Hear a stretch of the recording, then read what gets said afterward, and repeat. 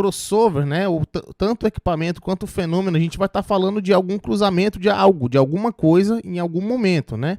Então é muito importante a gente entender primeiro a tradução da palavra para você já conseguir se localizar do que nós estamos falando aí futuramente, tá bom? E crossover a gente pode estar falando, pessoal, de algumas coisas básicas, né? Existe crossover quando a gente fala do equipamento, o equipamento crossover, né? Então, quando a gente estiver falando, pega esse crossover para mim, a gente está falando do equipamento, né? Que pode ser analógico. Você tem hoje crossover nesses equipamentos aqui, ó. Esse aqui é um processador digital. Então, aqui dentro também eu tenho um crossover. Tenho crossover também dentro das consoles digitais. Então, pode ser um equipamento físico, né, que você pegue, ou um plugin crossover, né? Então pode ser uma das duas coisas. Mas também a gente pode estar falando de crossover como um fenômeno, um acontecimento, né? Algo que acontece entre duas coisas, né, que causa esse cruzamento que a gente está falando, tá bom? Então primeiramente a gente, né? O mais óbvio, né? Crossover é equipamento. Aqui não tem muito o que explicar, né? É um equipamento que você controla esses cruzamentos, né? Então, quando a gente tem, por exemplo, uma caixa acústica qualquer, digamos assim, né? Você tem ali dentro daquela caixa acústica, você tem componentes ali dentro daquela caixa acústica. Então, você tem um alto-falante.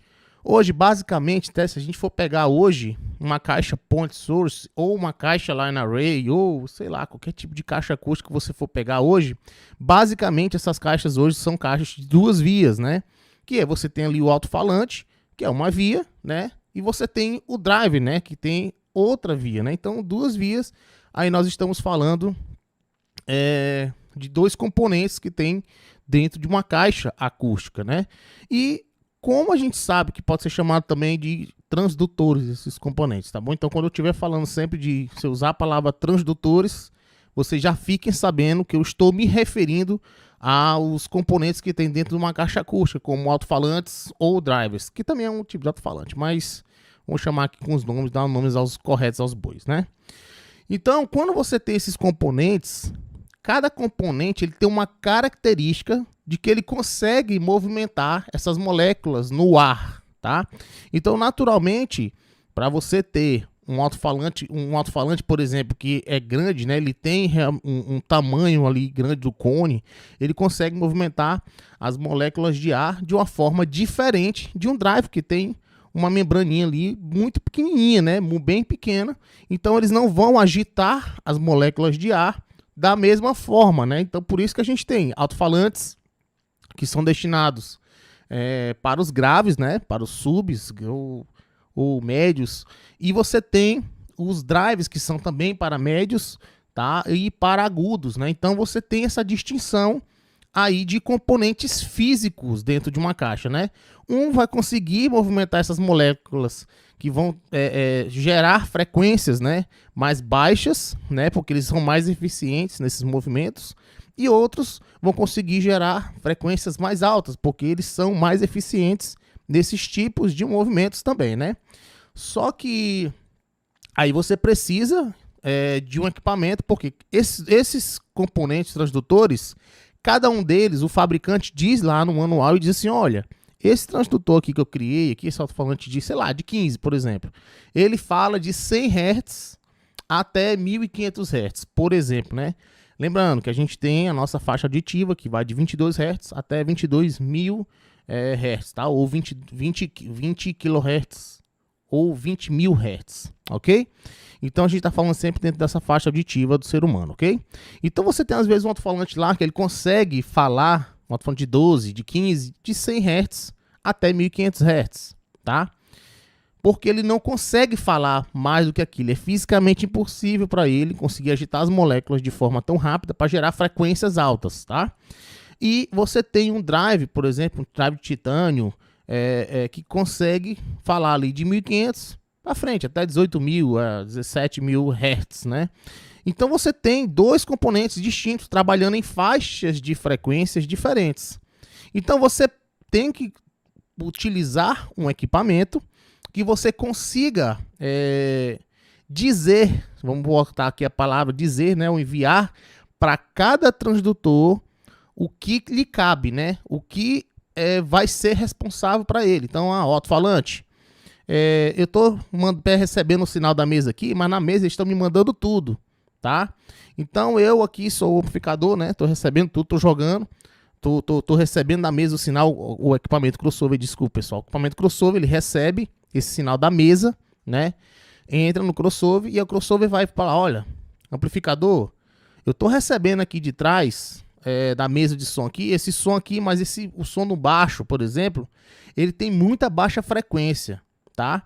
Mas ele tem também umas altas frequências aqui também, uma parte aqui na frente. Então eu vou fazer o seguinte, eu vou dividir o som desse baixo aqui, a parte de graves, eu vou mandar só para o alto-falante, porque senão ou ele não vai conseguir, o drive não vai conseguir reproduzir essas baixas frequências. Ou ele vai queimar ou vai ser inaudível. E a alta frequência a gente manda para o drive para ele conseguir reproduzir essa alta frequência, porque o alto-falante não consegue reproduzir essas altas frequências. Então, o crossover ele vai fazer isso, basicamente, entendeu? Ele vai monitorar, gerenciar o que cada componente ali o amplificador vai mandar para cada componente. Então, você vai vir da mesa, vai entrar no crossover ou no processador, que tem um crossover aqui dentro também. Daqui sai para o amplificador e lá no amplificador vai dividindo. O canal A vai tocar os alto-falantes, o canal B vai tocar o drive, tá? Você tem uma outra opção também de fazer isso, né? Hoje existem algumas caixas que possuem divisores de frequência também, que é uma espécie de crossover, tá? Só que é um crossover mais rudimentar, digamos assim, né? Analógico mesmo, que é feito com capacitores e tudo mais, resistores, que ele faz dentro da caixa. O amplificador manda a potência toda para a caixa e dentro da caixa esse divisor de frequência ele faz essa diferenciação do que vai para cima, para o drive e o que vai para o falante, tá? Mas no crossover é interessante também que você faça esse corte, porque você impõe limites, tá? Principalmente nos sistemas passivos, né? Bem antigos também, você tinha antigamente caixas com 3 vias. Então você tinha uma parte que falava para o grave, uma parte que falava para o médio, uma parte que falava para o agudo. Hoje facilitou mais, né? E hoje está facilitando mais ainda, porque as caixas já estão vindo processadas. Então eu recebi essa pergunta esses dias no 24 horas de perguntas, eu achei bem legal.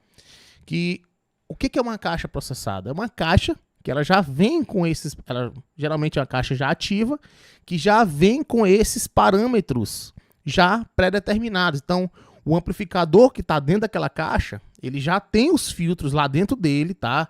O crossover, o corte, tudinho com o que ele vai fazer. Você não precisa fazer nada de corte de crossover no processador ou no crossover mesmo, se você tiver um crossover analógico, tá bom? Porque a caixa já é processada, ela já foi resolvida na fábrica, tá? O engenheiro já fez esse trabalho lá.